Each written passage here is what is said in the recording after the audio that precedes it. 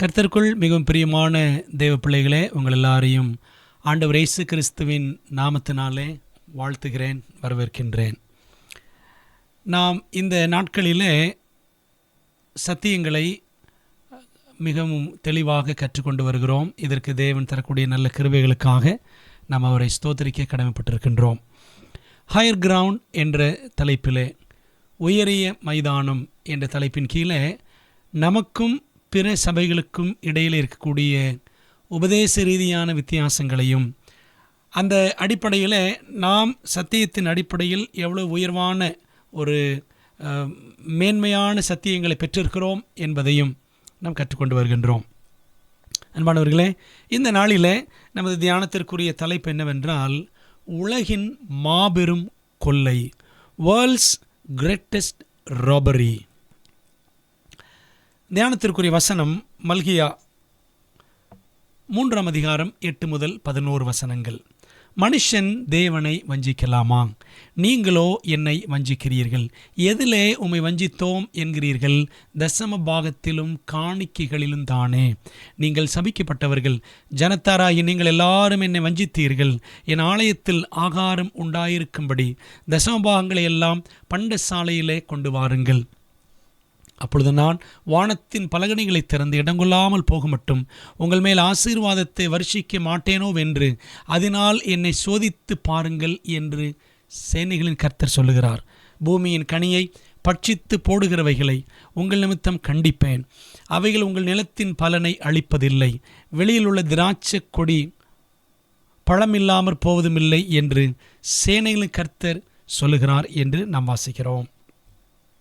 பிரியமானவர்களே, seventh day Adventist திருச்சபை உலகில் உள்ள எல்லா திருச்சபைகளை காட்டிலும் தசமபாகம் கொடுப்பதில் 60% ஊக்கமாய் பங்கு பெறுகிறது. சபையில் இருக்கிற எல்லா விசுவாசிகளும், உலகளாவிய திருச்சபையின் விசுவாசிகள் எல்லாரிலும் பார்த்தால் 60% ஆஃப் த பிலீவர்ஸ், 60% பேர் ஊக்கமாக தசமபாகம் கொடுக்கிறார்கள். இதை நாம் சொல்லும் பொழுது பெருமையாக நினைக்கலாம். ஆனால் இதில் பெருமைப்படுவதற்கு என்ன இருக்கிறது? இன்னும் 40% பேர் தசமபாகம் உண்மையாய் கொடுக்கிறது இல்லை என்பது தெளிவாக தெரிகிறது அல்லவா? அன்பான தேவ பிள்ளைகளே, இந்த தசமபாகம் குறித்த பாடத்தை தான் நாம் இன்றைக்கு ஜெபத்தோடு கற்றுக்கொள்ள இருக்கிறோம். ஜெபிக்கலாமா? எங்கள் நல்ல தகப்பனே, உம்முடைய நாமத்திற்கு நன்றி. உலகின் மாபெரும் கொள்ளை என்ற தலைப்பின் கீழே இன்றைக்கு நாங்கள் படிக்க போகிற இந்த பாடத்தை எங்களுக்கு நீர் ஆசீர்வதித்து தாரும். ஆண்டவரே, உலகில் ஆயிரக்கணக்கான திருச்சபைகள் உண்டு.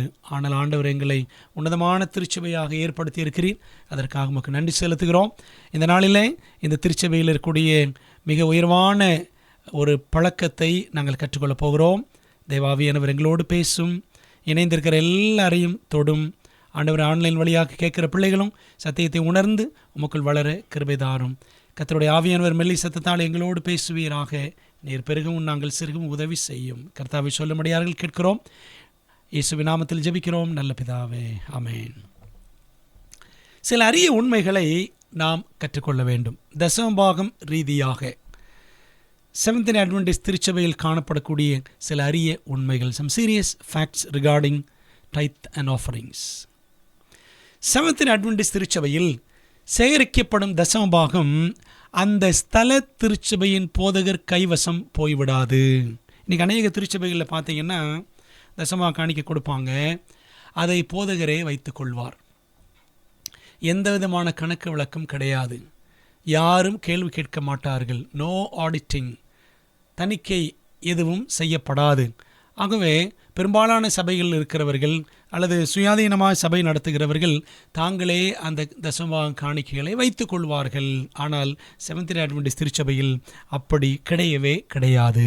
இரண்டாவது, செலுத்தப்படும் ஒவ்வொரு தொகைக்கும் தவறாமல் ரசீது இடப்பட்டு, பில் ஆர் ரிசிப்ட் இடப்பட்டு, உரியவரிடம் யார் காணிக்கை செலுத்தினார்களோ அவர்களிடம் அந்த ரசீது ஒப்படைக்கப்படும். ₹1 என்றாலும் கூட, கவரையில் வைக்கக்கூடிய தசமபாகம் ₹1 என்றாலும், தோத்திர காணிக்கை ₹1 என்றாலும் அதற்கும் ரசீது இடப்படுவது இந்த திருச்சபையினுடைய மிக மேன்மையான ஒரு பழக்கம். மூன்றாவது, எல்லா திருச்சபைகளிலும் சேகரிக்கப்படும் தசமபாகமானது ஸ்தாபன அலுவலகத்திற்கு அனுப்பப்படும். செவன்த் அட்வென்டிஸ்ட் திருச்சபை ஒரு ஸ்தாபன திருச்சபை. அதற்கென்று தலைமை அலுவலகங்கள் ஆங்காங்கே உண்டு. ஆகவே சபைகளிலே சேகரிக்கப்படக்கூடிய தசமபாகம் காணிக்கையானது ஸ்தாபனத்திற்கு, அந்த அலுவலகத்திற்கு அனுப்பப்படுகிறது. நாலாவது, பின்னர் அங்கிருந்து முறையே ஒவ்வொரு உயர் அலுவலகத்துக்கும் அனுப்பப்படும். பாருங்களேன், ரீஜனல் ஆஃபீஸ் இருக்கும், அப்புறம் conference, section, conference, union, division அப்படின்னு வரிசையாக போகும். ஆகவே ஒவ்வொரு அந்த லோக்கல் ஆஃபீஸில் இருந்து அதனுடைய உயர் அலுவலகத்திற்கு அனுப்பப்படும். இப்போ யூனியனுக்கு அனுப்பப்படுதுன்னா அங்கேருந்து டிவிஷனுக்கு அனுப்பப்படும். டிவிஷனுக்கு அனுப்பப்படுகிறது என்றால் அங்கிருந்து உலக தலைமை அலுவலகத்திற்கு, ஜெனரல் கான்ஃபரன்ஸுக்கு அனுப்பப்படும். இப்படி இந்த தசமபாகம் காணிக்கை ஒவ்வொரு இடமாக, ஒவ்வொரு அலுவலகமாக அனுப்பப்படுகிறது. ஐந்தாவது, கடைசியாக பின்னர் உலக தலைமை அலுவலகத்தில், general conference, world headquarters அமெரிக்காவிலே இருக்கிறது. உலக தலைமை அலுவலகத்தில் இருந்து உலகளாவிய ஊழியங்களுக்கு பகிர்ந்தளிக்கப்படும். இது ஒரு ஆச்சரியமான காரியம் அல்லவா? ஒரு தனிநபர் அல்லது ஒரு திருச்சபையினுடைய போதகர் அந்த தசமபாக காணிக்கைகளை தானே வைத்துக் கொள்வதில்லை. அது அப்படியே ஒவ்வொரு இடமாக அனுப்பப்படுகிறது. ஆறாவது, இதன் ஆச்சரியம் என்னவென்றால், விசுவாசிகள் மட்டுமல்ல, ஊழியக்காரர்களும் தசமபாகம் செலுத்த வேண்டும் என்பதே. போதகர்களும் தசமபாகம் செலுத்துகிறார்கள் செவன்த் அட்வென்டிஸ்ட் திருச்சபையில். அன்பான தேவப்பிள்ளைகளே, இந்த தசமபாகம் என்னும் சத்தியத்தை நாம் எவ்வளவு கருத்தோடு, ஜெபத்தோடு கற்றுக்கொள்ள வேண்டியது அவசியம்.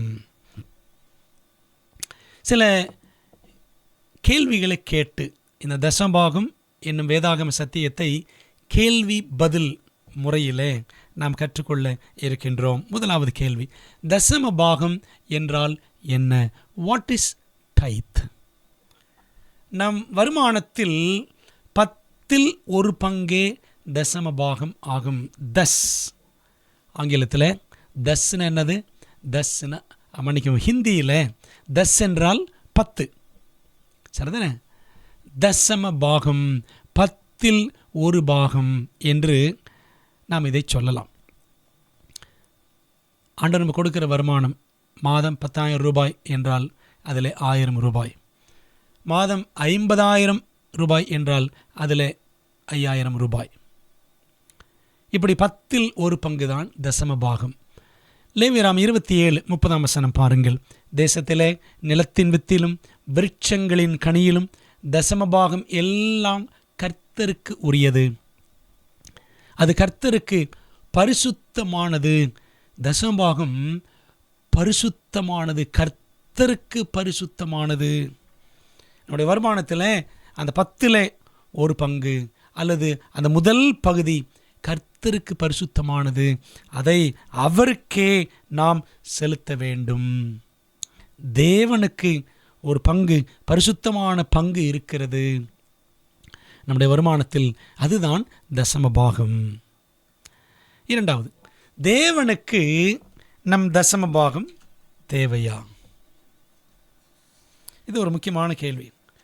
ஆண்டவருக்கு நான் கொடுக்கிறதுனால் அவருக்கு என்ன நிறைவு உண்டாக போகிறது? அல்லது அவர் எதிலும் குறைவுபட்டு இருக்கிறாரா என்றால் இல்லை. தேவாதி தேவன் எல்லாமே என்னுடையது என்கிறார். பாருங்களேன், அண்ட சராசரமே அவருடையது. பூமியும் அதன் நிறைவும் உலகமும் அதில் உள்ள குடிகளும் கர்த்தருடையது என்று சங்கீதம் 24:1 வாசிக்கிறோம். எல்லாம் கர்த்தருடையது. இரண்டாவது, வெள்ளியும் பொன்னும் அவருடையது. ஆகாய் 2:8 வாசிக்கிறோம், வெள்ளியும் என்னுடையது, பொன்னும் என்னுடையது என்று சேனைகளின் கர்த்தர் சொல்லுகிறார் என்று நாம் இங்கே வாசிக்கிறோம். மூன்றாவதாக, ஜீவராசிகள் எல்லாம் அவருடையது. சகல காட்டு ஜீவன்களும் பர்வதங்களில் 1000 திரிகிற மிருகங்களும் என்னுடையவைகள். மலைகளில் உள்ள பறவைகள் எல்லாம் அறிவேன். வெளியில் நடமாடுகிறவைகளெல்லாம் என்னுடையவைகள். நான் பசியாயிருந்தால் உனக்கு சொல்லேன். பூமியும் அது நிறைவும் என்னுடையவைகளே என்று சங்கீதம் 50:10 முதல் 12 வசனங்களில் ஆண்டவர் சொல்லுகிறார். அப்போது மனுஷர்களானாலும் சரி, மிருக ஜீவன்களானாலும் சரி, பறவைகளானாலும் சரி, எல்லாம் கர்த்தருடையவை. எல்லாமே ஆண்டவர் தான் படைத்தார். மேலும் மிக குறிப்பாக நாமும் அவருடையவர்கள். ஆண்டவர் இயேசு கிறிஸ்துவை விசுவாசிக்கிறவர்கள் எல்லாரும் கிறிஸ்துவனுடையவர்கள். நான் என் நேசருடையவள், என் நேசர் என்னுடையவர் என்று உன்னத பாட்டு 6:3 வாசிக்கிறோம். 1 3:23 பாருங்க. நீங்கள் கிறிஸ்துவனுடையவர்கள், கிறிஸ்து தேவனுடையவர் என்று நாம் இங்கே வாசிக்கிறோம். அது மட்டுமா, நமது சம்பாத்தியத்திற்கான பலனும் அவருடையது. ஏன் நம் தசம்பாகம் கொடுக்கிறோம் என்பதற்கான, கொடுக்க வேண்டும் என்பதற்கான பதிலை உபாகமம் 8:18 நாம் பார்க்கிறோம். உன் தேவனாய கர்த்தரை நினைப்பாயாக, அவரே உன் பிதாக்களுக்கு ஆணையிட்டு கொடுத்த தம்முடைய உடன்படிக்கையை உறுதிப்படுத்தும்படி இந்நாளில் உனக்கு உண்டாயிருக்கிறது போல ஐஸ்வர்யத்தை சம்பாதிக்கிறதுக்கான பலனை உனக்கு கொடுக்கிறவர். நான் தானே எல்லாத்தையும் சம்பாதிச்சேன், நான் தானே கட்டினேன், நான் தானே உருவாக்கினேன், இந்த சொத்தெல்லாம் நான் தானே சேர்த்தேன் என்று சொல்லுவதற்கு ஒன்றுமில்லை. உன் தேவனாய கர்த்தரை நினைப்பாயாக. கர்த்தர் அல்லவா இதெல்லாம் நமக்கு கொடுத்தார். இதை சம்பாதிப்பதற்கான பலனை அவர் அல்லவா கொடுத்தார். இந்த வீட்டை கட்டுவதற்கும் இந்த சொத்தை சேகரிப்பதற்கும் தேவன் கொடுத்த பலன் என்று சொல்லி நாம் அவரை நினைவு கூற வேண்டும். ஏனென்றால் இந்த உடலும் இதில் இருக்கிற பலனும் எல்லாமே தேவன் நமக்கு கொடுத்தது. அன்பானவர்கள், அப்படியானால் எல்லாமே கர்த்தருடையது. அவர் ஐஸ்வர்ய சம்பன்னர், அவருக்கு எதுவுமே தேவையில்லை. ஆனால் ஏன் நாம் தசமாம் கொடுக்கிறோம்? தேவன் சுயநலம் உள்ளவரா? அப்படி இல்லை. நாம் தேவனை நினைக்கிறவர்களாகவும், அதான் படித்தோம்ல முந்தின வசனத்தில் என்ன படித்தோம் பாருங்க. உன் தேவனாய கர்த்தரை நினைப்பாயாக. நாம் தேவனை நினைக்கிறவர்களாகவும் நன்றி உணர்வு உள்ளவர்களாகவும் விளங்குகிறோமா என்று அவர் நம்மை சோதித்து பார்க்க விரும்புகிறார். அவ்வளவுதான். அதனால தான் ஆண்டவர் மல்கியா 3:10 என்ன சொல்கிறாரு? உங்கள் மேல் ஆசீர்வாதத்தை வர்ஷிக்க மாட்டேனோவென்று அதனால் என்னை சோதித்து பாருங்கள். எதினால்? தசம்பாங்களெல்லாம் கொண்டு வந்து கொடுத்து என்னை சோதித்து பாருங்கள் என்று கர்த்தர் சொல்லுகிறார். ஆகவே தேவாதி தேவனுக்கு எதுவுமே தேவையில்லை. நாம் அவரை நினைக்கிறோமா, அவருக்கு நாம் நன்றி சொல்லுகிறோமா என்றுதான் தேவன் நம்மிடம் எதிர்பார்க்கிறார். 3வது கேள்வி, தசமபாக திட்டத்தை பழைய ஏற்பாட்டில் தேவன் ஏன் ஸ்தாபித்தார்? ஆசரிப்பு கூடாரத்தில் பணி செய்து வந்த ஆசாரியர்கள், லேவியர்கள், அதாவது ஊழியக்காரர்கள், அவர்களின் வாழ்வாதாரத்திற்காக இஸ்ரவேல் ஜனங்கள் கொடுக்கும் தசமபாகம் பயன்பட வேண்டும் என்று தேவன் திட்டமிட்டிருந்தார். பாருங்களேன், என்னாகமம் 18:21. இதோ லேவியின் புத்திரர் ஆசரிப்பு கூடாரத்தின் பணிவிடையை செய்கிற அவர்களுடைய வேலைக்காக இஸ்ரவேலருக்குள்ளவை எல்லாவற்றிலும் தசமபாகத்தை அவர்களுக்கு சுதந்திரமாக கொடுத்தேன். பார்த்தீங்களா? அப்போ இந்த லேவி கோத்திரத்தாருக்கு சுதந்திரம் என்ன அப்படின்னா அந்த தசமபாகம். கானான் தேசத்திற்குள்ளே இஸ்ரவேல் ஜனங்கள் போன பிற்பாடு எல்லா கோத்திரங்களுக்கும் நிலபுலன்கள் பங்கிடப்பட்டது.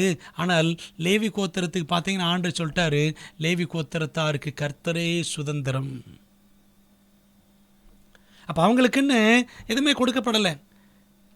கனியாட்சி நிலங்கள் எப்படி கொடுத்தாங்கன்னா எல்லா கோத்திரத்திலேருந்தும் கொஞ்சம் கொஞ்சம் கொடுத்தாங்க.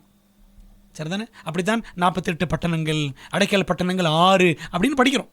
லேவி கோத்திரத்திற்கு கொடுக்கப்பட்டவை. அப்படியானால்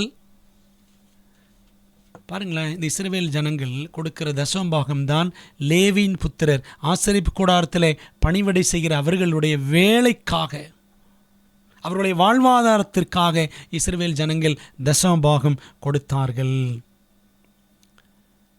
சரிங்களா பிரியமானவர்களே? ஆகவே அதற்காகத்தான் தேவன் இந்த தசமபாக திட்டத்தை பழைய ஏற்பாட்டில் ஏற்படுத்தினார். 4வது கேள்வி, புதிய ஏற்பாட்டில் தசமபாக திட்டம் இல்லையா, அல்லது இயேசுவானவர் அதை ஒழித்து விட்டாரா? இன்றைக்கி நிறைய சபையில் என்ன சொல்கிறாங்கன்னா, அதெல்லாம் தசமபாகம் கொடுக்கறதெல்லாம் பழைய ஏற்பாடு, புதிய ஏற்பாட்டில் அதெல்லாம் கிடையாது என்று சொல்லுகிறார்கள். ஆண்டவர் இயேசு கிறிஸ்து சிலுவையில் அவர் தொங்கின பொழுது 10 கற்பனைகளை ஒழித்தார், அதுபோல் அந்த தசமபாகத்தையும் ஒழித்து விட்டார் என்று பொய் உபதேசம் பரவலாக காணப்படுகிறது. இந்த கேள்விக்கான பதிலை நம்ம வேதாகமத்திலே பார்ப்போமா? புதிய ஏற்பாட்டில் தசமபாக திட்டம் இருக்கிறதா இல்லையா? புதிய ஏற்பாட்டிலும் தசமபாக திட்டத்தை தேவன் உயர்த்தி பிடித்திருக்கிறார். அதற்கு ஆதாரமாக 2 வசன குறிப்புகளை நாம் பார்க்க போகிறோம். ஒன்று, இயேசுவானவர் கூறியது. மத்தேயு 23:23 வாசிப்போமே. மாயக்காரராகிய வேதபாரகரே, பரிசேயரே, உங்களுக்கு ஐயோ! நீங்கள் ஒர்த்தலாமிலும் வெந்தயத்திலும் சீரகத்திலும், இதெல்லாம் கிச்சன் ஐட்டம்ஸ், சமையல் அறையில் இருக்கக்கூடிய வாசனை பொருட்கள், தசமபாகம் செலுத்தி நியாயப்பிரமாணத்தில் கற்பித்திருக்கிற விசேஷித்தவைகளாகிய நீதியையும் இரக்கத்தையும் விசுவாசத்தையும் விட்டுவிட்டீர்கள். இவைகளையும் செய்ய வேண்டும், அவைகளையும் விடாதிருக்க வேண்டுமே அப்படின்னு நம்ம ஆண்டவர் இயேசு கிறிஸ்து சொல்லுகிறதாக வாசிக்கிறோம். என்ன அர்த்தம் அப்படின்னா, இந்த யூதர்கள் 6 வகை உண்டு. பரிசேயர், சதுசேயர், வேதபாரகர், இன்னும் எசனேயர், கும்ரான்கள், ஜெலாத்தை என்ற கூட்டத்தார், இப்படி ஒரு 6 கூட்டம் இருக்கிறாங்க. அதில் வேதபாரகர் பரிசேயரை பார்த்து ஆண்டு சொல்கிறாரு, நீங்கள் என்ன பண்ணுறீங்க, ஒர்த்தலாம் வெந்தயம் சீரகம் இல்லை என்ன செய்வாங்களாம், எண்ணி தசமம் கொடுப்பாங்களாம். இப்போது ஒரு மூட்டை வெந்தயம் அறுவடை செய்திருக்கிறோம்னா அந்த மூட்டையெல்லாம் எண்ணி எத்தனை அப்படி கணக்காக கொடுப்பாங்களாம் தசமம். அவ்வளோ வைராக்கியமானவர்கள் யூதர்கள். அப்போ ஆண்டு சொன்னார், அதெல்லாம் நீங்கள் செய்கிறீங்களே சரிதான். ஆண்டு கம்பேர் பண்ணுறார், ஒப்பிட்டு பேசுகிறார். தசமபாகத்தை இப்படியெல்லாம் சரியாக கொடுக்குறீங்க, ஆனால் நீதி இரக்கம் விசுவாசம் இதெல்லாம் விட்டுட்டீங்களே. ஏழை எளியோர்களை ஒடுக்கினார்கள், விதவைகளை ஒடுக்கினார்கள், இரக்கம் இல்லை. நீதி தேவனுடைய நீதியே என்று அவர்கள் சார்ந்திராமல் தங்களுடைய சுயநீதியை, நான் இப்படி இருக்கிறேன், தசமாக கொடுக்குறேன், உபவாசம் இருக்கிறேன், அப்படி இப்படிலாம் நினச்சாங்க. அன்பானவர்களே, அப்போது ஆண்டவர் இயேசு கிறிஸ்து சொல்லும்போது சொல்லார் பாருங்க, இவைகளையும் செய்ய வேண்டும். எது? நீதி இரக்கம் விசுவாசம் இதெல்லாம் காட்டணும். அவைகளையும் தசமாக கொடுக்கறதையும் விட்டு விடாதிருக்க வேண்டும். அப்போ புதிய ஏற்பாட்டில் ஆண்டவர் இயேசு கிறிஸ்து தசம்பாகத்தை விட்டுவிடலாம் என்று பேசவில்லை, அவைகளையும் செய்யணும் என்று தான் அவர் வலியுறுத்தி சொல்லுகிறதை நாம் இங்கே பார்க்கிறோம். புதிய ஏற்பாட்டில் 2வது காரியத்தை பார்ப்பதற்கு முன்பாக ஆண்டவர் இயேசு கிறிஸ்து சொன்ன இந்த வசன அடிப்படையில் தசம்பாகம் செலுத்துவது மட்டுமல்ல, மற்ற சத்தியங்களையும் கடைபிடிக்க வேண்டும் என்பதை இயேசு வலியுறுத்தி காண்பித்தார். ஏனெனில் யூதர்கள் தசம்பாக விஷயத்தில் மிகவும் கருத்துள்ளவர்களாக இருந்தனர். அதே சமயம் நீதி இரக்கம் அன்பு விசுவாசம் ஆகிய காரியங்களில் குறைவுபட்டிருந்தனர். 2வதாக பவுல் அடிகளார் கூறியது தசம்பாகம் பற்றி என்ன சொல்லியிருக்கிறார்.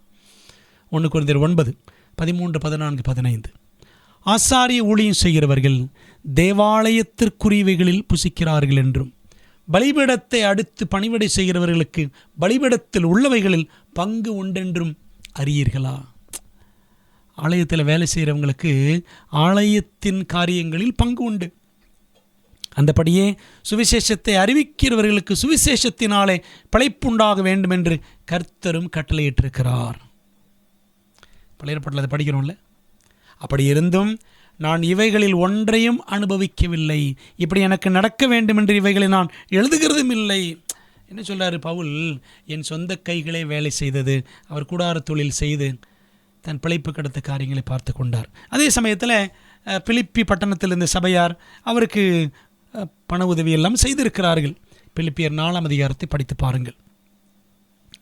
பாருங்களேன். இப்படி ஊழியக்காரனுக்கு ஆலயத்திலிருந்து பங்கு வர வேண்டும். அந்த ஆலயத்திலிருந்து வரக்கூடிய வருமானத்திலிருந்து தான் ஊழியக்காரர்கள் குடும்பமாக புசிக்க வேண்டும். ஆனாலும் நான் இவைகள் ஒன்றையும் அனுபவிக்கவில்லை. இப்படி எனக்கு நடக்க வேண்டும் என்ற இவைகளை நான் எழுதுகிறதும் இல்லை. என் மேன்மை பாராட்டலை ஒருவன் அவத்தமாக்குகிறதை பார்க்கிலும் சாகிறது எனக்கு நலமாயிருக்கும். என்ன சொல்கிறாருன்னா, ஊழியக்காரர்கள் ஆண்டவருக்காக சேவை செய்கிறார்கள். தேவாலய பணி செய்கிறவர்களுக்கு தேவாலயத்திற்குரியவைகளில் பங்கு உண்டு என்பதை மிக தெளிவாக சொல்லுகிறார். அதாவது விசுவாசிகள் சம்பாதிக்கிற சம்பாத்தியத்திலிருந்து கொடுக்கிற தசம்பாகத்திலிருந்து ஊழியக்காரர்கள் அவர்கள் குடும்பங்கள் போஷிக்கப்பட வேண்டும் என்பதைத்தான் இங்கே பவுலும் தெளிவாக சுட்டி காண்பிக்கிறார். தேவனுடைய ஆலய பணியை ஆதாரமாக கொண்டு ஊழியம் செய்கிறவர்கள் அந்த ஆலயத்தின் பரிசுத்த வஸ்துக்களால் ஆதரிக்கப்பட வேண்டும் என்பதை பவுல் இங்கே வலியுறுத்துகிறார் என்பதிலே சந்தேகம் இல்லை. 5வது கேள்வி, தசம்பாகத்தை நாம் எங்கே செலுத்த வேண்டும் என்பது மிக முக்கியமான ஒரு கேள்வி. பாருங்கள், நம்முடைய வருமானத்தில் 10ல் ஒரு பங்கை செலுத்த வேண்டியது இல்லை. மாறாக எனது திறமைகளிலும் ஒரு பங்கை நான் செலுத்தினால் போதும் என்று செயல்படும் அதிசய பிறவிகளும் இருக்கத்தான் செய்கிறார்கள். சிலர் சபையில் பார்த்தீங்கன்னா, அதெல்லாம் வருமானத்தில் அதெல்லாம் கொடுக்க வேண்டிய அவசியம் இல்லைங்க, ஆண்டவருக்கு நாம் கொடுத்தா நிறைய போகுது, என் திறமையில் என்னுடைய டேலண்ட்ஸில் கூட நான் என்ன செய்யலாம், கொடுக்கலாம். ஒரு நபர் இருந்தாராம், எனக்கு வயலின் வாசிக்க தெரியும், ஆகவே ஓய்வு நாள் பள்ளி ஆராதனையில் ஒரு ஸ்பெஷல் இன்ஸ்ட்ருமெண்டல் சிறப்பு கீதம் போல வயலின் வாசித்து விட்டால் அந்த மாதத்திற்கான தசம்பாகத்தை நான் செலுத்தி விட்டேன் என்று அவர் ஆனந்தப்படுவாராம். பார்த்தீங்களா, அவருக்கு கொடுக்கறதுக்கு வரமாட்டேங்குது, நான் ஏதாவது வாசித்தால் முடிஞ்சு போச்சு அப்படி நினைக்கிறவங்களும் இருக்கிறாங்க. எவ்வளோ பெரிய வஞ்சனை என்று பார்த்தீர்களா? மல்கியா 3ஆம் அதிகாரம் 8 முதல் 11 வசனங்களை வாசித்தோம். இந்த பகுதியில் ஆண்டவர் எப்படி ஆரம்பிக்கிறார் பாருங்க. மனுஷன் தேவனை வஞ்சிக்கலாமா, நீங்களோ என்னை வஞ்சிக்கிறீர்கள். இந்த வசனத்தை ஆரம்பத்தில் படித்தோம்.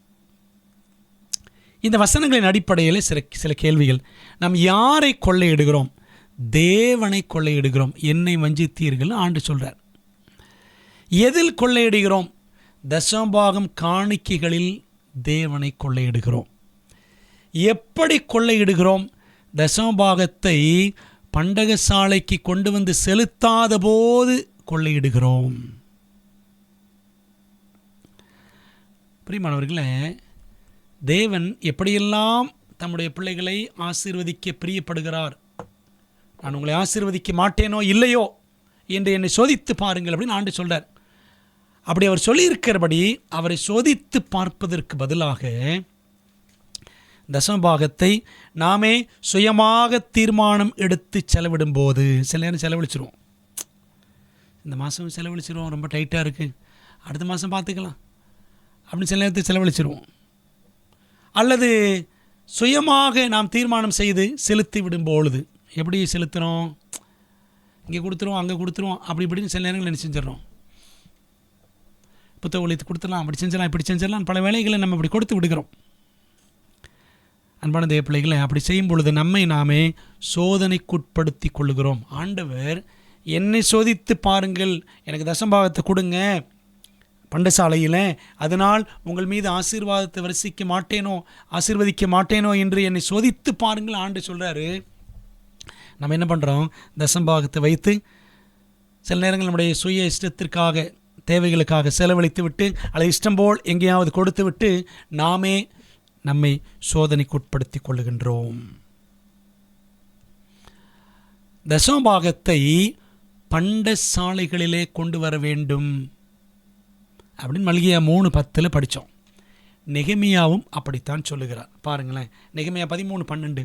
அப்பொழுது யூதர் எல்லாரும் தானியம், திராட்சரசம், எண்ணெய் என்பவைகளில் தசமபாகத்தை பொக்கிஷ அறைகளில் கொண்டு வந்தார்கள். பொக்கிஷ அறை, அதாங்க பண்டசாலை, ஸ்டோர் ஹவுஸ் அப்படின்னு படிக்கலாம். பொக்கிஷ அறை அல்லது ட்ரெஷரி அப்படின்னு சொல்லுவாங்க. பொக்கிஷ அறைகளில் தசமபாகத்தை கொண்டு வந்தார்கள். அப்போ பொக்கிஷாலை எங்கே இருக்கிறது? பண்டசாலை எங்கே இருக்கிறது? பண்டகசாலை தேவாலயமே என்பதையும் நெகேமியா தெளிவுபட கூறியுள்ளார். பாருங்களேன், நெகேமியா 10:38, லேவியர் தசமபாகம் சேர்க்கும்போது ஆரோனின் குமாரனாகிய ஒரு ஆசாரியன் லேவியரோடே கூட இருக்கவும், தசமபாகமாகி அதில் லேவியர் 10ல் 1 பங்கை, பாருங்கள், லேவியர் கூட தசமாக கொடுக்கணும், ஊழியக்காரர்களும் தசமாக கொடுக்கணும். லேவியர் 10ல் 1 பங்கை எங்கள் தேவனுடைய ஆலயத்தில் உள்ள பொக்கிஷ அறைகளில், பொக்கிஷ அறை எங்கெங்கே இருக்குது? பண்டகசாலை எங்கே இருக்குது? தேவனுடைய ஆலயத்தில் உள்ள பொக்கிஷ அறைகளில் கொண்டு வரவும் திட்டம் பண்ணி கொண்டோம். இப்போ தசம்பாகம் பண்டசாலைக்கு கொண்டு வரப்பட வேண்டும். பண்டசாலை எங்கே இருக்கிறது? தேவனுடைய ஆலயம்தான் பண்டசாலை அப்படின்னு பார்க்குறோம். பல நேரங்களில் நான் பண்டசாலைக்கு கொண்டு வருவது இல்லை. அதாவது பண்டம்னா என்னது? பண்டம்னா உணவு சம்மந்தப்பட்ட பொருட்கள், உணவுப் பொருட்கள் எல்லாமே, அரிசி, பருப்பு, இந்த மாதிரி எல்லாம் தான் பண்டம்னு சொல்லுவாங்க. பண்டசாலை, உங்களுக்கும் எனக்கும் சத்தியம் எங்கிருந்து கிடைக்கிறது? ஆவிக்குறு வாழ்க்கையில் நாம் வளர்வதற்கான போஷாக்கான சத்தியங்கள் நமக்கு எங்கிருந்து போதிக்கப்படுகிறது?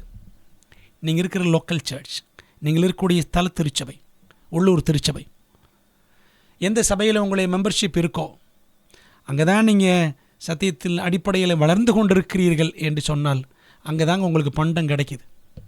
சரிங்களா?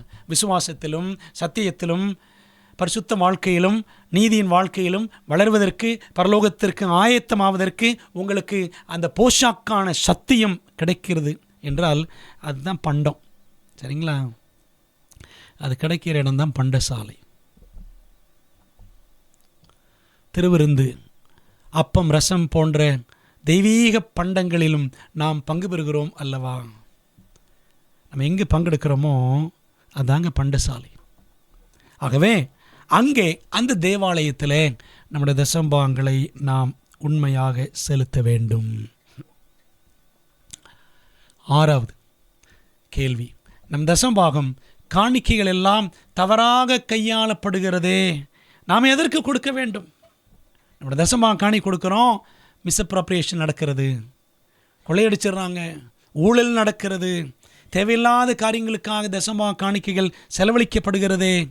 எதுக்குங்க கொடுக்கணும்? வேற எங்கேயா கொடுத்துடலாம். இது சரியா? பொதுவாக அநேக விசுவாசிகள் இப்படி கவலைப்படுகின்றனர். தேவனுடைய பணம் மிகவும் தவறாக பயன்படுத்தப்படுகிறதே அப்படின்னு இப்போ நம்ம சொல்கிறோம். பழைய ஏற்பாட்டு காலத்திலும் அப்படி தவறாக பயன்படுத்தப்பட்டதற்கு ஒரு ஆதாரம் யாத்திரை 32ஆம் அதிகாரத்தில் நாம் படிக்கிறோம். அது என்ன சம்பவம் என்றால், பாருங்களேன், இஸ்ரவேல் ஜனங்கள் எகிப்தை விட்டு புறப்பட்ட அந்த கடைசி ராத்திரியில் 400 ஆண்டுகால அடிமைத்தனம் முடிந்து அவங்க என்ன பண்ணுறாங்க? எகிப்திலிருந்து புறப்படுறாங்க. அந்த கடைசி ராத்திரியில் அவர்கள் எகிப்தியரை கொள்ளையிட்டு புறப்பட்டார்கள் அப்படின்னு பைபிளில் படிக்கிறோம். யாத்திரா 12:35-36 வசனங்கள் பாருங்கள். மோசே சொல்லியிருந்தபடி இஸ்ரவேல் ஜனங்கள் எகிப்தியரிடத்தில் வெள்ளி உடைமைகளையும் பொன் உடைமைகளையும் வஸ்திரங்களையும் கேட்டார்கள். கர்த்தர் ஜனங்களுக்கு எகிப்தியரின் கண்களில் தயவு கிடைக்கும்படி செய்ததினால் கேட்டதை அவர்களுக்கு கொடுத்தார்கள். இவ்விதமாய் அவர்கள் எகிப்தியரை கொள்ளையிட்டாருங்கள, வரல. இஸ்ரவேல் ஜனங்கள் எகிப்தியரை கேட்டாங்க, அவங்க கொடுத்துட்டாங்க. இந்த எகிப்தியரும், ஐயப்பா இஸ்ரவேல் ஜனங்கள் நீங்கள் போனால் போதுமடா, நீங்கள் இந்த ஊரை விட்டு கிளம்புங்க, இந்த நாட்டை விட்டு போங்க, உங்களால் எங்களுக்கு எவ்வளோ வாதைகள், கஷ்டங்கள், பாடுகள் அப்படின்னு சொல்லி இருக்கிறதெல்லாம் அள்ளி கொடுத்துட்டாங்க, வெள்ளி பொன் எல்லாவற்றையும். அந்த செல்வத்தை கொண்டு பிற்பாடு சீனாய் மலையின் அடிவாரத்தில் ஆரோனின் தலைமையின் கீழ் ஒரு பொன் கன்று குட்டி செய்யப்பட்டது. அப்படிதானே? நமக்கு தெரியும். யாத்திரை 32ஆம் அதிகாரத்தில் படிக்கிறோம்.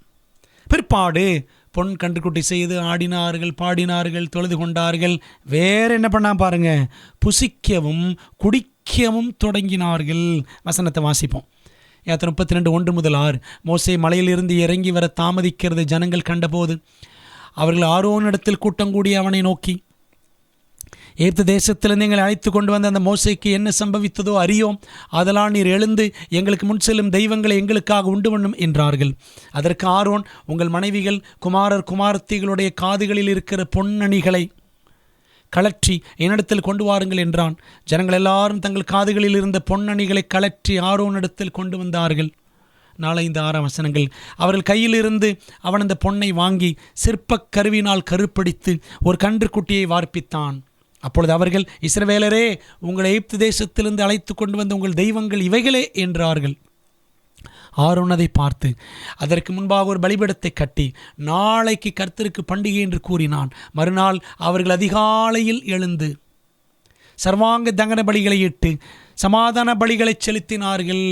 பின்பு ஜனங்கள் புசிக்கவும் குடிக்கவும் உட்கார்ந்து விளையாட எழுந்தார்கள். பார்த்தீங்களா, எகிப்தியரை கொள்ளையிட்டு கொண்டு வந்த வெள்ளி உடைமைகள் பொன்னுடைமைகளை வைத்து பொன் கன்று குட்டி செய்தார்கள். அது மட்டும் இல்லை, சர்வாங்க தகன பலிகள் சமாதான பலிகள் செலுத்தினார்கள். புசிக்கவும் குடிக்கவும் உட்கார்ந்தார்கள் அப்படின்னு படிக்கிறோம்.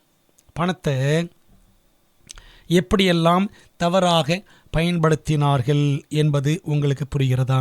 எவ்வளவு பெரிய துஷ்பிரயோகம்! What a great misappropriation! அது தேவனுக்கு தெரியாதா?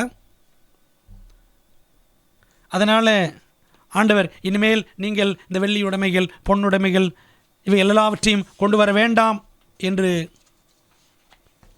தேவன் சொல்லிவிட்டாரா இஸ்ரவேல் ஜனங்களிடத்தில்? இல்லையே. அன்பானவர்களே, இதுக்கு அப்புறம்தான், இந்த பொன் கன்றுக்குட்டி சம்பவத்துக்கு பிற்பாடுதான் ஆசரிப்பு கூடாரம் அமைக்கும் பணியை மோசே தொடங்கினான். ஜனங்கள் ஏராளமாக தாராளமாக தங்கள் பொன் வெள்ளியை கொடுத்ததாக யாத்திராம் 35ஆம் அதிகாரத்தில் நாம் வாசிக்கிறோம். பார்த்தீங்களா, பொன் கன்றுக்குட்டி விஷயத்தில் ஆண்டவர் ஏமாற்றம் அடைந்தார், உண்மைதான். ஆனாலும் ஜனங்கள் கொடுப்பதை நிறுத்தி விடுங்கள் என்று அவர் சொல்லவில்லை. இஸ்ரவேலின் தலைவர்களில் 2 முக்கியமானவர்கள், ஒன்று மோசே, ஆரோன். ஆரோனே தவறினான் என்பது உண்மைதான். அவன்தான் இந்த பொன் கன்றுக்குட்டியை செஞ்சான். ஆனாலும் தேவன் அந்த ஆசரிப்பு கூடார கட்டுமான காரியத்திற்கு இஸ்ரவேல் ஜனங்கள் கொடுக்க வேண்டாம் என்று தடை செய்யவில்லை. அன்பானவர்களே, தசமபாகத்தை தேவாலயத்தில் செலுத்துவது உங்கள் பாடு, நம் பாடு. பிற்பாடு அது எப்படி கையாளப்படுகிறது என்பதை கண்காணிப்பது கர்த்தரின் பாடு. நீங்கள் உங்கள் பங்கை செய்யுங்கள், தேவன் தம் பங்கை செய்வார். நாம் நம்முடைய பங்கை செய்யணும். அது சரியில்லை, இது சரியில்லை, எப்படி பண்ணுறாங்க, அப்படி பண்ணுறாங்க. அன்பானவர்களே, அது ஆண்டவர் பார்த்துக்குவார். யார் யாருக்கு என்னென்ன கவனிக்கணுமோ ஆண்டவர் கவனிப்பார். நாம் செய்ய வேண்டியதை சரியாக செய்ய வேண்டும். அன்பான தேவ பிள்ளைகளை, இப்படி பல காரணங்களை சொல்லி தசம்பாகம் செலுத்தாமல் நாம் இருந்து விடுகிறோம். தசம்பாகம் செலுத்தாதவர்கள் வெளிப்படுத்தும் 3 காரியங்கள்: விசுவாச குறைச்சல், லேக் ஆஃப் ஃபெய்த். தசம்பாகம் கொடுக்கறது இல்லைன்னா அது அவங்களுடைய விசுவாச குறைச்சல். பாருங்களேன், 100 ரூபா வாங்கும் பொழுது 10 ரூபா தசம்பாகம் கொடுத்துருவாங்க. ஆனால் 10,000 சம்பளம் வாங்கும் பொழுது 1000 ரூபா தசம்பாகம் கொடுக்கறதுக்கு ரொம்ப யோசிப்பார்கள். 40,000 50,000 வரும்பொழுது இன்னும் யோசிப்பார்கள். விசுவாச குறைச்சல். இவ்வளவு ஆண்டு கொடுக்கணுமா, அவ்வளவு கொடுக்கணுமா? விசுவாச குறைச்சல். 2வது, அறியாமை. தெரியல, இப்படி கொடுக்கணும் என்பதும் தெரியாமல் அநேகர் இருக்கிறார்கள். அறியாமையினாலே அரைகுறையாய் கொடுக்கிறவர்களும் உண்டு. அதனால தான் இந்த பாடங்களை நாம் படிக்கிறோம். யூடியூப்பில் வானத்தின் பலகணிகள் என்று ஒரு பிரசங்கம் பண்ணியிருக்கிறேன். பரத்தின் பலகணிகள், விண்டோஸ் ஆஃப் ஹெவன், தாஸ்குமார், அல்லது விண்டோஸ் ஆஃப் ஹெவன் MCTC அப்படின்னு போட்டு பாருங்கள். அதில் பரத்தின் பலகணிகள் என்ற பிரசங்கத்தில் தசம்பா குறித்து இன்னும் நிறைய காரியங்களை நீங்கள் கற்றுக்கொள்ளலாம். அறியாமை என்ற இருளை நாம் அகற்ற வேண்டும். 3வது, சரியான நிதானம் இன்மை, புவர் ஜட்ஜ்மெண்ட். நம்மளே நியாயம் திருத்துறது. அவர் சரியில்லை, இவங்க சரியில்லை, இப்படி செலவழிக்கிறாங்க, அப்படி செலவழிக்கிறாங்க. நான் எவ்வளோ கஷ்டப்பட்ட தசமாக கொடுக்குறேன், காணி கொடுக்குறேன், இப்படி கொள்ளை போகிறதே, அதனால் தூக்கி நான் இங்கே கொடுத்துட்றேன், அங்கே கொடுத்துட்றேன், அவர்கிட்ட கொடுத்துட்றேன், இதை வச்சு நானே ஊழியம் செஞ்சுறேன், ஏழை எளியோருக்குள்ள நான் கொடுத்து விடுகிறேன், கரெக்டாக நான் செலவழிக்கிறேன் அப்படின்னு சொல்லி தசம்பாகத்தை நாம் சரியாக செலவழிப்பது போல நாம் இஷ்டமாக அதை செலவழித்து விடுகிறோம். புவர் ஜட்ஜ்மெண்ட், சரியான நிதானமின்றி நாம் செயல்படக்கூடாது. மிக கவனமாக நாம் செயல்பட வேண்டும். தேவ ஆசீர்வாதம் பெறாத 10,000 ரூபாயை காட்டிலும் தேவ ஆசீர்வாதம் பெற்ற 9,000 ரூபாய் மிகவும் மேலானது அல்லவா? புரியுது உங்களுக்கு? 10,000 வருமானம்னா 1,000 ரூபா தசம்பாகம் பண்டசாலையில் தேவனுடைய ஆலயத்தில் செலுத்த வேண்டும். அப்போ ஆண்டவர் என்ன செய்வார்? இந்த 9,000 ஆசீர்வதிப்பார். அந்த 1,000 ரூபாய் ஆண்டருக்கு செலுத்தாமல் நான் 10,000 வச்சுருந்தேன்னா அதில் தேவாசீர்வாதம் இருக்காது. 7வது கேள்வி, கடைசி கேள்வி, காணிக்கைகளை பற்றி நாம் கற்றுக்கொள்ள வேண்டியது என்ன? மல்கியா 3:10 ஆண்டவர், நீங்கள் நல்லா கவனித்து பாருங்கள், தசமபாகங்களை பற்றி பேசுகிறார். அதற்கு முந்தின வசனங்களில் 3ஆம் அதிகாரம் 8ஆம் வசனம் படித்தீங்கன்னா, மனுஷன் தேவனை வஞ்சிக்கலாமா? நீங்களோ என்னை வஞ்சிக்கிறீர்கள், எதிலேமை வஞ்சித்தோம் என்கிறீர்கள், தசமபாகத்திலும் காணிக்கைகளிலும் தானே. ஆண்டவர் இந்த மல்கியா 3ஆம் அதிகாரத்தில் காணிக்கைகளை பற்றியும் பேசுகிறார். தசமபாகம் பற்றி மட்டுமல்ல, காணிக்கைகளை பற்றியும் பேசுகிறார். பொதுவாக நாம் தசமபாகத்தை உண்மையாக கொடுத்து விடுவோம். அப்படிப்பட்ட பிள்ளைகளுக்காக கர்த்தரை நான் ஸ்தோத்திரிக்கிறேன். ஆனால் காணிக்கைகளை திட்டமில்லாமல் மிகவும் குறைவாகவே கொடுக்கிறோம். 10ல் 1 கொடுப்பதில் நாம் உண்மையாக இருக்கிறோம். ஆனால் 9லிருந்து காணிக்கைகளை கொடுப்பதில் நாம் தாராளமாய் இருப்பதில்லை. 10,000ல் 1,000 ரூபா தசமாக கொடுத்துருவோம். ஆனால் அந்த 9,000ல் காணிக்கை சரியாக கொடுக்க மாட்டோம். பிரியமான தேவப்பிள்ளைகளே, அப்போது 10ல் 1 தசமபாகம் என்பது போல 9லையும் ஒரு பகுதியை நம்ம என்ன செய்யணும்? காணிக்கைக்கென்று பிரித்து வைத்து கொள்ள வேண்டும். மாதத்தில் 4 வாரங்கள் இருக்கிறது.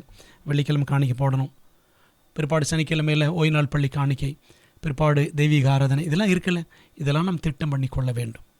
அந்த 9ல் ஒரு பகுதியை நாம் ஜெபத்தோடு பிரித்து வைக்க வேண்டும். ஆண்டவர் இயேசு கிறிஸ்து தேவாலயத்தில் ஒரு நாள் தம்முடைய சீஷர்களோடு காணிக்கை பெட்டிக்கு எதிரே உட்கார்ந்து என்ன நடக்கிறது என்று அவர் பார்த்து கொண்டு இருந்தார். அப்பொழுது ஏராளமான பேர் வந்து நிறைய காணிக்கைகளை போட்டார்கள். ஆனால் ஏழை விதவை ஒருத்தி வந்தாள். அவங்க என்ன செஞ்சாங்களாம்? ஒரு துட்டுக்கு சமமான 2 காசுகளை அவள் போட்டு விட்டாள். அவர்கிட்ட இருந்தது அவ்வளோதான், அதான் கடைசி. அவை எல்லாவற்றையும் போட்டு விட்டாள் என்று ஆண்டவர் கண்டு ஆச்சரியப்பட்டு அவளை பாராட்டினார். பாருங்க, மார்க் 12:41-44 இதை நம்ம அதை படிக்கிறோம். ஐஸ்வர்யவான்கள் அநேகர் அதிகமாய் போட்டார்கள். ஏழையான ஒரு விதையும் வந்து ஒரு துட்டுக்கு சரியான 2 காசை போட்டாள். அப்பொழுது அவர் தம்முடைய சீஷரை அழைத்து, காணிக்கை பெட்டியில் பணம் போட்ட மற்றெல்லாரை பார்க்கிலும் இந்த ஏழை விதவை அதிகமாய் போட்டாள் என்று மெய்யாவை உங்களுக்கு சொல்கிறேன், அவர்கள் எல்லாரும் தங்கள் பரிபூரணத்திலிருந்து எடுத்து போட்டார்கள், இவளோ தன் வறுமையிலிருந்து தன் ஜீவனத்திற்கு உண்டாயிருந்ததெல்லாம் போட்டுவிட்டாள் என்றாள். அன்பானவர்களே, நாம் எவ்வளவு கொடுக்கிறோம் என்பதை வைத்து தேவன் நம் கொடுத்தலை அளவிடுவதில்லை. அல்லது எவ்வளவு கொடுக்கிறோம் என்பதை வைத்து தேவன் நம் விசுவாசத்தை அளவிடுவதில்லை. மாறாக நாம் கொடுத்த பிற்பாடு நம்மிடம் எவ்வளவு மீந்திருக்கிறது என்பதை வைத்தே அவர் நம்மை அளவிடுகிறார்.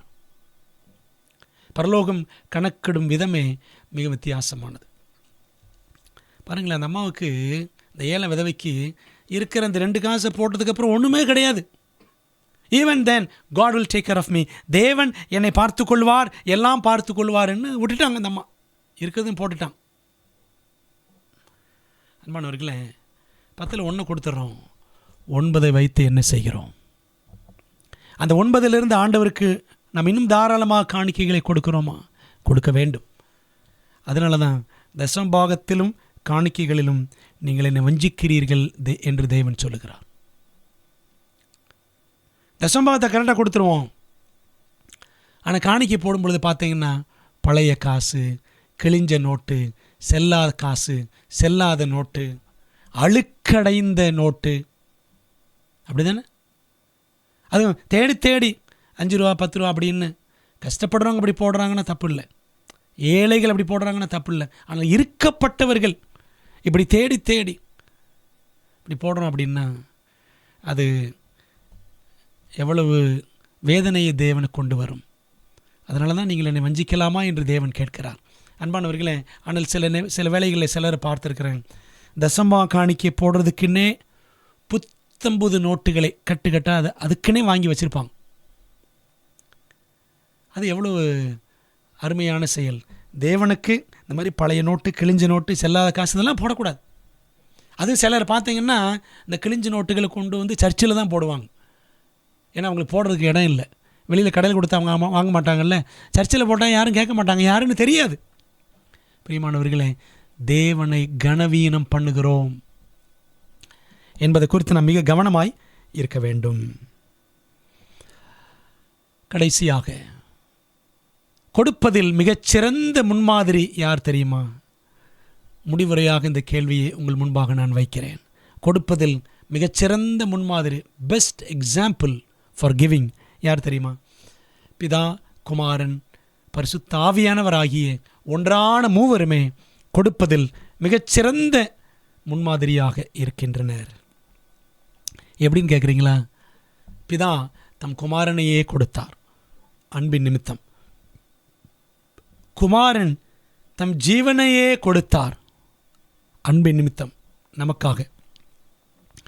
பரிசுத்த ஆவியாகிய தேற்றர்வாளனை நமக்கு பிதாவும் குமாரனும் கொடுத்திருக்கின்றனர். ஏன்? அன்பின் நிமித்தம் நம்ம ரட்சிப்பதற்காக. ஆவியானவர் வேதாகமத்தை கொடுத்தார். வேதாகம சத்தியங்களை நமக்கு கொடுத்து கொண்டே இருக்கிறார் ஆவியானவர். இந்த சத்தியங்கள்லாம் படிக்கிறோம் பார்த்தீங்களா? எல்லாம் ஆவியானுடைய கிருபை. ஆவியானவரே நமக்கு ரட்சிப்பை கொடுக்கிறார், அதாவது நம்மை ரட்சிப்புக்குள்ளாகவும் வழி நடத்துகிறார். பார்த்தீங்களா? அப்போ பிதாவும் குமாரனும் ஆவியானவர் கொடுத்துக்கிட்டே தான் இருக்கிறாங்க.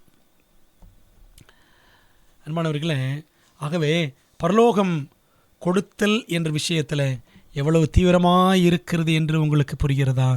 ஆகவே அள்ளி அள்ளி கொடுக்கும் நம் தேவனை கொள்ளையிடாமல் தேவனுக்காக தாராளமாய் கொடுக்கிறவர்களாக விளங்கும்படி இன்றே ஜெபத்துடன் உறுதியாக தீர்மானிப்போமா? செவன்த் அட்வென்டிஸ்ட் திருச்சபை அதில் இருக்கிற விசுவாசிகளாகி நாம் 60% தான் கொடுத்துட்ருக்கிறோம். ஆண்டவரே, இன்னும் அதிகமாக 100% நான் கொடுக்கணும் ஆண்டவரே என்று நம்ம அர்ப்பணிப்போம். ஜெபிக்கலாம். நல்ல பிதாவே, உம்முடைய நாமத்திற்கு நன்றி. இந்த நாளிலே நாங்கள் கற்றுக்கொண்ட நல்ல பாடங்களுக்காக துதிக்கிறோம். உலகின் மாபெரும் கொள்ளை என்று நாங்கள் படித்தோம் ஆண்டவரே. தேவனை கொள்ளையிடும் கூட்டத்திலே நாங்கள் இருக்கிறோமா என்பதை அலசி ஆராய்ந்து பார்த்து ஆண்டவரே, உமக்கு தாராளமாய் கொடுக்கிற கூட்டத்தில் நாங்கள் வந்து சேர எங்களுக்கு கிருபைகளை தாரும். எங்களுக்கு ஒருவேளை இது குறித்து கேள்விகள் இருந்திருக்கலாம். தசம்பா காணிக்கைகளை பற்றி தேவன் இந்த நாளிகளை கற்றுக் கொடுத்ததற்காக நன்றி. தொடர்ந்து நம்முடைய நல்ல ஆவியானவர் எங்களை சாட்சிகளாய் வழி நடத்தி நம்முடைய ஊழியம் பெருகவும், நம்முடைய முத்தூது சத்தியம் பரவவும், சபைகள் முன்னேற்றம் அடையவும், நம்முடைய வருகை துரிதப்படவும் நாங்களின் அதிகமாய் கொடுக்க எங்களை பலப்படுத்தும். இந்த நாளில் கூட்டத்தில் இணைந்திருக்கிற எல்லா பிள்ளைகளையும் ஆசீர்வதித்து உத்தமமான சாட்சிகளாக எங்களை பயன்படுத்தும்படி இயேசுவின் நாமத்தில் ஜெபிக்கிறோம். ஜெபங்கியுள்ள நல்ல பிதாவே, ஆமென். ஆத்மாவே கர்த்தரை ஸ்தோத்திரி, என் முழு உள்ளமையோட பரிசுத்த நாமத்தை ஸ்தோத்திரி. என் ஆத்மாவே கர்த்தரை ஸ்தோத்திரி, அவர் செய்த சகல உபகாரங்களையும் மறவாதே. ஆமென். நம்முடைய கர்த்தராக இருக்கிற இயேசு கிறிஸ்துவின் கிருபையும் பிதாவின் அன்பும் ஆவியானவரின் ஐக்கியமும் இன்றும் என்றும் சதா காலங்களிலும் நம் அனைவரோடும் தங்கியிருப்பதாக. ஆமென். பிரியமானவர்களே, தேவன் உங்களை ஆசீர்வதிப்பாராக. ஆமென்.